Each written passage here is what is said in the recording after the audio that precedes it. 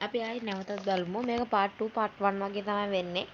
බංගලාවේ ඉද්දි එක පාරටම එව්ලින්ට හීනයක් වගේ පෙන්ලා තියෙන්නේ. නමුත් ඇඩම් හොයාගෙන තියෙන විස්තර වලට අනුව කසන්ඩ්‍රාගේ මරණයෙන් පස්සේ ඒ පවුලේ ගොඩක් අය එක එක අద్భుත සිද්ධීන් නිසා මිය ගිහින් තියෙනවා. සමහර අය ජීවිතේ නැති කරගෙන තියෙනවා. ඒ විතරක් නෙවෙයි 1907 දී ඒ බංගලාවේ හිටි හැටියේම අద్భుත ගින්නක් නිසා සම්පූර්ණ විනාශ වෙලා ගිහින් තියෙනවා. ඒ සිද්ධියෙන් අවුරුදු 3කට පස්සේ ගින්නෙන් විනාශ වුණ ඒ බංගලාවේ අත්තිවාරම උඩම මෙන්න මේ බංගලාව හදලා තියෙනවා. එතනින් කාලයකට පස්සේ තමයි ඒ බංගලාව ක්ලයිව්ට සහ ඇනට හම්බ වෙලා තියෙන්නේ. මම හිතන්නේ දැන් අපිට හැම දෙයක්ම පැහැදිලි. කසන්ඩ්‍රාගේ ආත්මය අර චිත්‍රය ඇතුලේ ඉර කරලා තියෙන නිසා තමයි මේ හැම දෙයක්ම වෙන්නේ. නමුත් කසන්ඩ්‍රාගේ ආත්මය සම්පූර්ණ විනාශ කළා දාන්නේ කොහොමද?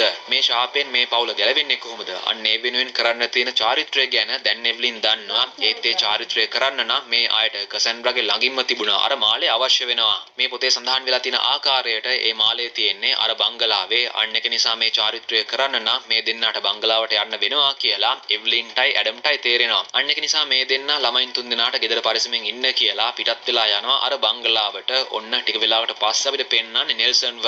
නෙල්සන් ඉන්නේ තමන්ගේ කාමරේ. නමුත් මෙතන පහළ තියෙන සායම් එකපාරටම ඇදීගෙන යන බිත්තිය පැත්තට. ඊට පස්සේ ඉබේම ආපහු අර කසන්ඩ්‍රාගේ චිත්‍රය බිත්තියේ ඇඳෙනවා. මෙන්න මේක නෙල්සන් දකිනවා. ඒත් නෙල්සන් හැරලා බලද්දි දකින්නේ මේ චිත්‍රයේ පසුබිම විතරයි. කසන්ඩ්‍රා අතුරුදහන් වෙලා. ඒකට හේතුව තමයි කසන්ඩ්‍රාගේ ආත්මය මේ වෙද්දින්නේ නෙල්සන්ගේ පිටිපස්සේ. ඔන්න ඊට පස්සේ අපිට ආපහු පෙන්වන්නේ ඇඩම් සහ එව්ලින්. ඇඩම් මේ ගෙදර තියෙන චිත්‍ර හැම එකක්ම එකතු කරන්න පටන් ගන්නවා. මොකද මේ අය උත්සාහ කරන්නේ මේ චිත්‍ර හැම එකක්ම ගිනි තියලා සම්පූර්ණ විනාශ කරලා දාන්න. ඒ අතරතුරේදී එව්ලින් අර මාලය කොහෙද තියෙන්නේ කියලා පරීක්ෂා කරලා බලනවා. ඔන්න මේ පොතේ තියෙන විස්තර වලට අනුව එව්ලින් එනවා මේ බංගලාව ඇතුලේ තියෙන රහස් කාමරයකට. මේ කාමරේ පැත්තක පරණ පෙට්ටකමක්. එහෙම නැත්නම් පරණ පෙට්ටියක් වගේ තියෙනවා. එව්ලින් දකිනවා. ඒ විතරක් නෙවෙයි එව්ලින්ට මෙතනින් මේ පරණ පෙට්ටකම අරින්න තියෙන යතුරත් හම්බ වෙනවා. එව්ලින් මේ යතුර භාවිතා කරලා පෙට්ටකම ඇරලා ඇතුලේ තියෙන්නේ මොනවද කියලා පරීක්ෂා කරලා බලනවා. මුලින්ම එව්ලින්ට හම්බ වෙන්නේ අවුරුදු ගානකට කලින්. ඒ කියන්නේ කසන්ඩ්‍රා ජීවිතුන් අතර ඉන්න කාලේදී එයාගේ හස්බන්ඩ් ඒ කියන්නේ අයිවන්ට යවපු ලිපි කිහිපයක්. අන්නේ ලිපි වලට යටින් තිබිලා එව්ලින් හොයන දේ හම්බ වෙනවා. ඒ කියන්නේ කසන්ඩ්‍රා ජීවිතුන් අතර ඉන්න කාලේදී එයා දාගෙන හිටපු මාලය එව්ලින්ට හම්බ වෙනවා. නමුත් මේ සිද්ධියත් එක්ක අපිට පෙන්නනවා එව්ලින්ගේ දෙපැත්තේ තියෙන චිත්‍රයක පාරටම පාවෙන්න පටන් ගන්නවා. ඒ චිත්‍රය ඇතුලේ ඉන්න ආත්මික පාරටම එව්ලින්ව අල්ලගන්න උත්සාහ කරනවා. මේ දේ එව්ලින්ට විතරක් නෙවෙයි ඇඩම්ටත් සිද්ධ වෙනවා. එළියේ බිත්තිවල එල්ලලා තියෙන අద్భుත චිත්‍ර හරහා ඒ ආත්ම ඇවිල්ලා ඇඩම්ව අල්ලගන්න උත්සාහ කරනවා. නමුත් ඇඩම් යාන්තම මෙතනින් ගැලවෙනවා. ඒ වගේම ඇඩම්ට එව්ලින් කෑ ගහන සද්දය ඇහෙනවා. අන්න ඒක නිසා ඇඩම් ඉක්මනටම ඇවිල්ලා එව්ලින්ව මෙතනින් බේර ගන්නවා. ඊට පස්සේ මේ දෙන්නා කසන්ඩ්‍රාගේ චිත්‍රය හැරෙන්න අනිත් ඔක්කොම අద్భుත චිත්‍ර එළියට අරගෙන ඇවිල්ලා මේ හැම චිත්‍රයක්ම සම්පූර්ණයෙන් ගිනි තියලා විනාශ කරලා දානවා. නමුත් මේක මේ චාරිත්‍රයේ ආරම්භයක් විතරයි. තවමත් මේ හැම දෙයක්ම පටන් ගත්ත කසන්ඩ්‍රාගේ ආත්මය විනාශ කරලා දැම්මේ නැහැ. දැන් තමයි එව්ලින් සහ ඇඩම් මේ වැඩේ පටන් ගන්නෙ.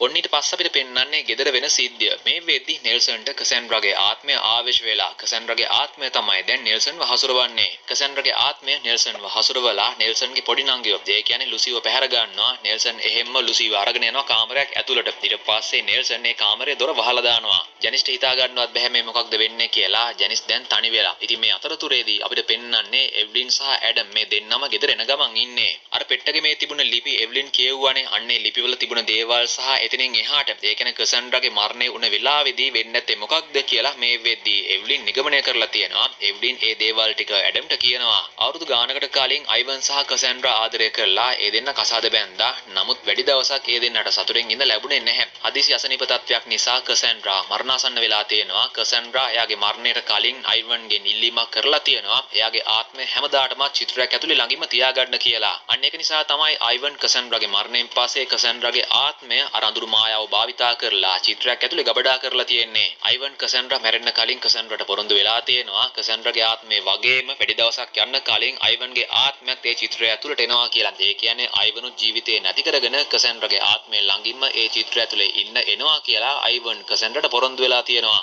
නමුත් අයිවන් මේ පොරොන්දු ඉෂ්ට කරලා නැහැ. කසන්ඩ්‍රාගේ මරණයෙන් පස්සේ කසන්ඩ්‍රාගේ ආත්මය නම් චිත්‍රය ඇතුලේ ගබඩා කළා. ඒත් අයිවන් කසන්ඩ්‍රාට පොරොන්දු වුණු විදියට අයිවන් ජීවිතේ නැති කරගෙන නැහැ. අයිවන් එතනින් පස්සේ සාමාන්‍ය විදිහටම ජීවත් වෙලා තියෙනවා. අයිවන් වෙනත් කාන්ත තමන් තවන් ආශ්‍රය කරලා තියෙනවා. එයා බොහොම සතුටෙන් කසන්ඩ්‍රව අමතක කරලා එහෙම ජීවත් වෙලා තියෙනවා. ඒ විතරක් නෙවෙයි අයිවන් කසන්ඩ්‍රගේ ඇඳපු චිත්‍රය එහෙම අයින් කරලා තියෙනවා. ඒක ගිනි තියලා විනාශ කරන්නත් උත්සාහ කරලා තියෙනවා. නමුත් කසන්ඩ්‍රගේ ඒ චිත්‍රය ගින්නෙන් විනාශ වෙලා නැහැ. මොකද අයිවන් පොරොන්දු ඉෂ්ට කළේ නැති නිසා කසන්ඩ්‍රගේ ආත්මය විරු වැටලා තියෙනවා. එතනින් පස්සේ තමයි මේ අద్భుත මරණ හැම එකක්ම වෙලා තියෙන්නේ. මම හිතන්නේ දැන් වලට තේරෙනවා ඇති කසන්ඩ්‍රගේ ආත්මය බලාපොරොත්තු වෙන්නේ මොකක්ද කියලා. කසන්ඩ්‍රගේ ආත්මය මෙච්චර කාලයක් තිස්සේ ඇවිල්ලා තියෙන්නේ අයිවන්ව හොයාගෙන. ඒ විතරක් නෙවෙයි අනිත් චිත්‍රවල මේ අය ඇඳලා තිබුණ ඒ ආත්ම පවා සම්පූර්ණයෙන් හසුරවලා තියෙන කසන්ඩ්‍රා. ඒ හැම දෙයක්ම දැන් තමයි කතා බලන අපිට වගේම එව්ලින් සහ ඇඩම්ට තේරෙන්නේ. කොහොම නමුත් මේ දෙන්නා ඉක්මනට මෙනවා ගෙදර. ජැනිස් කලබලෙන්ම ඇවිල්ලා උනේ මොකක්ද කියලා අම්මටයි තාත්තටයි කියනවා. මේ අය ඊට පස්සේ බොහොම අමාරුවෙන් නෙල්සන්ව පැත්තකට දාලා නෙල්සන් අල්ලගෙන හිටපු ලුසි එළියට ගන්න සමත් වෙනවා.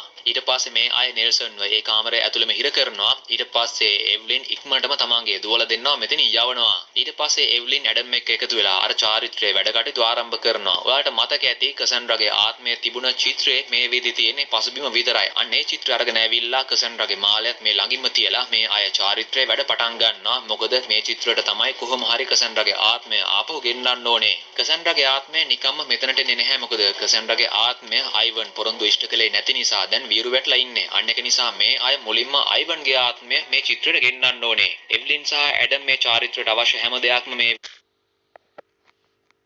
වෙදි ලෑස්ති කරලා තියෙන්නේ. අන්න ඒක නිසා මේ අය මුලින්ම අයිවන්ගේ ආත්මයට කතා කරනවා. ඒත් ඔන්න මෙතන කිසිම දෙයක් වෙන්නේ නැහැ. අයිවන්ගේ ආත්මය මෙතනට ආවනම් ඉබේම අයිවන්ගේ චිත්‍රය ඇඳෙන්න පටන් ගන්න ඕනේ. ඊට පස්සේ තමයි කසන්ඩ්‍රගේ ආත්මයත් මේ චිත්‍රයට එන්නේ. නමුත් චිත්‍රයට අවශ්‍ය හැම දෙයක්ම ලෑස්ති කරලා තිබුණත් අයිවන්ගේ ආත්මයට කතා කළත් මෙතන කිසිම දෙයක් වෙන්නේ නැහැ. ඒකට හේතුව මොකක්ද කියලා එව්ලින්ට හිතා ගන්න බැරි වුණාට මේ වෙදි ඇඩම්ට නම් හේතුව තේරලා තියෙන්නේ. ඒකට හේතුව තමයි ඔයාලට මතක ඇති එදා රෑ වුණ සිද්ධිය. එදා ඇඩම් බේස්මන්ට් එකට බහිද්දි ඉබේම ඉටිපන්දමක් රෝල් වෙලා ආවනේ. අන්න ඒක දල්වද්දී ඇඩම් මෙතන තිබුණ දෙයක් දැකලා බය වුණා. ඒක ඒ වෙලාවදී අපිට පෙන්වුවේ නැහැ. නමුත් එදා ඇත්තටම උනේ මොකක්ද කියලා මේ වෙදි ඇඩම්ට මතකයි. ඇඩම් ඒක ගැන එව්ලින්ට කියනවා. එදා රෑ චිත්‍රයේ හිටපු කසන්ඩ්‍රා එළියට ඇවිල්ලා ඇඩම්ව වශී කරගෙන තියෙනවා. එදා කසන්ඩ්‍රාගේ ආත්මය ඇවිල්ලා ඇඩම් එක්ක ඉඳලා තියෙනවා. ඒක ඇඩම්ට පාලනය කරගන්න බැරි වෙලා කොහොම නමුත් එදා වුණ සිද්ධිය නිසා ඇඩම්ට දැන් තේරෙනවා ඇත්තටම කසන්ඩ්‍රාගේ ආත්මය බලාපොරොත්තු වෙන්නේ මොකක්ද කියලා. කසන්ඩ්‍රාට අයිවන් උණු පොරොන්දුව එයා ඉෂ්ට කළේ නැහැ. ඒක නිසානේ කසන්ඩ්‍රාගේ ආත්මය මේ තරම් වියරු වැටලා තියෙන්නේ. කොහොම නමුත් දැන් කසන්ඩ්‍රාගේ ආත්මය බලාපොරොත්තු වෙන්නේ එයාගේ වසඟයට අහු වුණ. එහෙම නැත්නම් එයාට කැමැත්තෙන් ඉන්න පිරිමි කෙනෙක්. ඒ පිරිමි කෙනා අයිවන් උණ පොරොන්දු ඉෂ්ට කරන්න ඕනේ. ඒ කියන්නේ ඒ පිරිමි කෙනා කැමැත්තෙම ජීවිතේ නැති කරගන්න ඕනේ. ඊට පස්සේ ඒ පිරිමි කෙනාගේ ආත්මය කසන්ඩ්‍රාගේ ආත්මය හංගලා තියෙන මේ චිත්‍රයට එහා පැත්තෙන් තියෙන්න ඕනේ. අන්න ඒ දේ තමයි කසන්ඩ්‍රා බලාපොරොත්තු වෙන්නේ. ඉතින් මේක එව්ලින්ට තේරුනේ නැති වුණාට ඇඩම්ට තේරලා තියෙන්නේ. අන්න ඒක නිසා ඇඩම් දැන් තමන්ගේ කැමැත්තෙම ජීවිතය කැප කරන්න හදන්නේ. මොකද එහෙම කළොත් විතරයි ඇඩම්ට පුළුවන් වෙන්නේ කසන්ඩ්‍රාගේ වියරු වැටෙන ආත්මෙන් තමන්ගේ පවුල බේරගන්න. එව්ලින්ට දැන් තේරෙනවා ඇඩම් මොකක් හරි දරුණු දෙයක් කරගන්න හදන්නේ කියලා. ඒත් එව්ලින් පරක්කු වැඩි. ඇඩම් මේ වෙදි තමන්ගේ බඩට පිහියකින් නැනගෙන ඇඩම්ට ඉතුරුලා තියෙන්නේ තව ටික වෙලාවක් විතරයි. ඒක නිසා ඇඩම් තමන්ගේ ජීවිතයෙන් සමුගන්න කලින් ඇඩම් එව්ලින්ට කියනවා මම මේ කරපු කැපකිරීම අපත යවන්න එපා. ඒක නිසා ඔයා දැන් චාරිත්‍රය පටන් ගන්න කියලා. මොකද මේ චාරිත්‍රය සම්පූර්ණ වෙන්න නම් කසන්ඩ්‍රාගේ වසඟයට අහු වෙලා ඉන්න පිරිමි කෙනා කැමැත්තෙම ජීවිතේ නැති කර ගන්න ඕනේ. අන්න ඒ දේ තමයි මේ වෙලාවේදී ඇඩම් කළේ. එව්ලින්ට ගොඩක් දුකයි. නමුත් ඇඩම් කියපු කතාව ඇත්ත. මොකද ඇඩම් කරපු මේ කැපකිරීමෙන් වැඩක් වෙන්නේ නැහැ. හරියට මේ චාරිත්‍රය සම්පූර්ණ කළේ නැත්තම්. අන්න ඒක නිසා එව්ලින් මේ චාරිත්‍රය සම්පූර්ණ කරන්න පටන් ගන්නවා. නමුත් කසන්ඩ්‍රාගේ ආත්මය ආවේශලා ඉන්න නෙල්සන් දොර කඩාගෙන මෙතනට එනවා. නෙල්සන් ඊට පස්සේ අම්මව ඒ කියන්නේ එව්ලින් වල්ල ගන්නවා. ඉතින් මේ වෙලාවේදී එව්ලින් දුවලා දෙන්නවා පිටත් කළා යවුවත් ඔන්න ජැනිස් සහ ලුසි ගිහින් නැහැ. ඒ දෙන්නම එනවා අම්මගේ උදව්වට. මේ දෙන්න එකතු වෙලා නෙල්සන්ව පැත්තකට තල්ලු කරලා දානවා. ඔන්න මේ වෙලාවේදී චාරිත්‍රය සම්පූර්ණ වෙන ගමන් තියෙන නිසා ඉබේම මෙතන චිත්‍රයක් ඇඳෙන්න පටන් ගන්නවා. මුලින්ම ඇඳෙන්නේ ඇඩම්ගේ චිත්‍රය. ඊට පස්සේ ඇඩම්ට එහා පැත්තෙන් මේ චාරිත්‍රය සම්පූර්ණ වෙනවත් එක්කම කසන්ඩ්‍රාගේ චිත්‍රය ඇඳෙන්න පටන් ගන්නවා. ඒ කියන්නේ කසන්ඩ්‍රාගේ ආත්මය දැන් මේ චිත්‍රය ඇතුළට ආවා. නමුත් මේක විතරක් ප්‍රමාණවත් මදි. කසන්ඩ්‍රාගේ ආත්මය සම්පූර්ණයෙන් සදාහටම විනාශ කරලා දාන්න ඕනේ. අන්න ඒක නිසා ජැනිස් මෙතන තියෙන ලයිට් එක අරගෙන විසි කරනවා මේ චිත්‍රය පැත්තට. අන්න ඒක නිසා වියරු වැටලා ඉන්න කසන්ඩ්‍රාගේ ආත්මය මේ චිත්‍රයෙන් පවා සම්පූර්ණයෙන් අයින් වෙලා යනවා. ඉතුරු වෙන්නේ ඇඩම්ගේ චිත්‍රය විතරයි. ඒ කියන්නේ කසන්ඩ්‍රාගේ ආත්මය සම්පූර්ණ විනාශ වෙලා ගියා. ඒත් ඇඩම්ගේ ආත්මය තවමත් මේ චිත්‍රය ඇතුලේ තියෙනවා. කොහොම නමුත් ඔන්න මේ ෆිල්ම් එකේ අවසානයේ අපිට පෙන්වන්නේ එව්ලින් ගොඩක් දුකෙන් නැවිලා ඇඩම්ගේ මේ චිත්‍රයත් බාර දෙනවා කාරට. මොකද මේ අద్భుත චිත්‍ර හැම එකක්ම මේ වෙදි ගබඩා කරලා තියෙන්නේ කාරාගේ ගෙදර බේස්මන්ට් එකේ. ඒක අනිත් අයගේ ආරක්ෂාවටත් හොඳයි. ඒක නිසා තමයි එව්ලින් නැවිලා ඇඩම්ගේ ආත්මයක් තියෙන මේ චිත්‍රය ඇවිල්ලා කාරට බාර දෙන්නේ. ඔන්න ඔය සිද්ධියත්